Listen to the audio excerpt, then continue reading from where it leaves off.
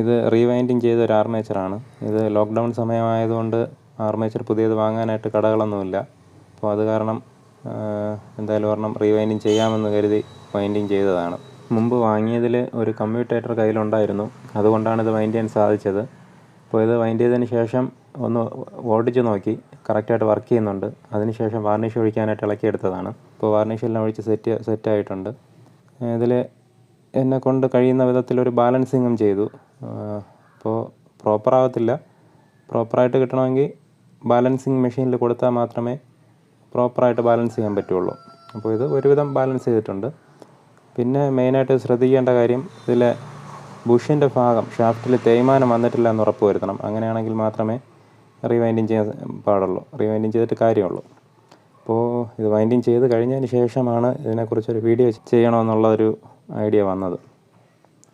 അപ്പോൾ അടുത്ത ഒരു വീഡിയോ തീർച്ചയായിട്ടും അപ്ലോഡ് ചെയ്യുന്നതാണ്. മിക്സിയുടെ സർവീസുമായി ബന്ധപ്പെട്ട് 2-3 വീഡിയോ മുമ്പ് അപ്ലോഡ് ചെയ്തിട്ടുണ്ട്. ആ വീഡിയോകൾ കാണാത്തവർ ആ വീഡിയോ കാണുക. ആർമേച്ചർ മോട്ടോറിൽ സെറ്റ് ചെയ്തിട്ടുണ്ട്. ഇനി ഒന്ന് ഓടിച്ച് നോക്കാം.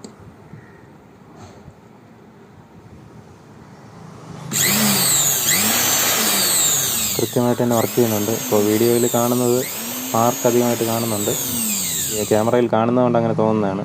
നോർമൽ സ്പാർക്കേ ഉള്ളൂ ഇതിന്.